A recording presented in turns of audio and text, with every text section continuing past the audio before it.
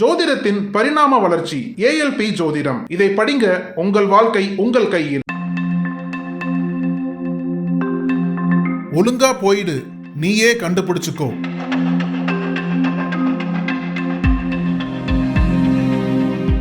அப்பாவிகளை குறிவைக்கும் கும்பல்.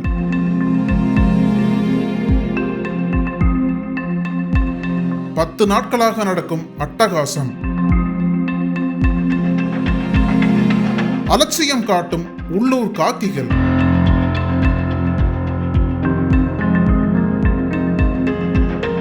திருப்பத்தூரில் திக் திக்.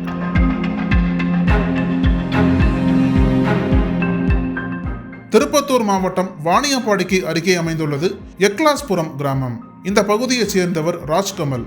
இவர் வாணியம்பாடி CNA சாலை LIC அலுவலகம் அருகில் உள்ள வணிக வளாகத்தில் JCB உதிரி பாகங்கள் விற்கும் கடை ஒன்றை வைத்து வியாபாரம் செய்து வருகிறார். ராஜ்கமல் தினம்தோறும் தனது இருசக்கர வாகனத்தில் கடைக்கு செல்வதும் மாலையில் கடையை மூடிவிட்டு இருசக்கர வாகனத்தில் வீட்டிற்கு திரும்புவதும் வழக்கம். இந்நிலையில் கடந்த 13ஆம் தேதி வீட்டிலிருந்து கிளம்பிய ராஜ்கமல் தனது இருசக்கர வாகனத்தை வணிக வளாகத்தில் நிறுத்திவிட்டு வழக்கம் போல் வியாபாரத்தை கவனித்துக் கொண்டிருந்தார். இதையடுத்து அன்றிரவு 9 மணியளவில் ராஜ்கமல் தனது கடையை மூடிவிட்டு வெளியே வந்து பார்த்தபோது அவரது இருசக்கர வாகனம் காணாமல் போயிருந்தது. இதனால் அதிர்ச்சியடைந்த ராஜ்கமல் சிறிது நேரம் என்ன செய்வது என தெரியாமல் திகைத்து போயுள்ளார். அதன் பிறகு தனது கடையில் இருந்த CCTV கேமராவை ஆராய்ந்து பார்த்தபோது அங்கிருந்தவர்கள் அனைவரும் அதிர்ந்து போயினர்.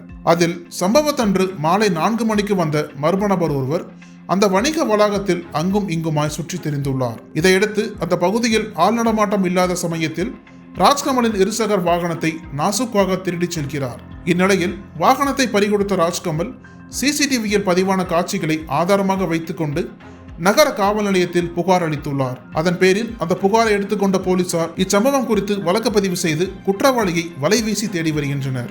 இது ஒரு புறம் இருக்க, கடந்த 10 நாட்களுக்கு மேலாக அரசு மருத்துவமனை, தனியார் மருத்துவமனைகள், வணிக வளாகங்கள் ஆகிய இடங்களில் நிறுத்தி வைக்கப்படும் இருசக்கர வாகனங்கள் மர்ம நபர்களால் கொள்ளையடிக்கப்படுவது வழக்கமாக உள்ளது. மேலும் பாதிக்கப்பட்ட நபர்கள் CCTV காட்சிகளுடன் புகார் மனுக்கள் கொடுத்தாலும் காவல்துறையினர் இருசக்கர வாகன திருடர்களை பிடிக்க முடியாமல் திணறி வருகின்றனர்.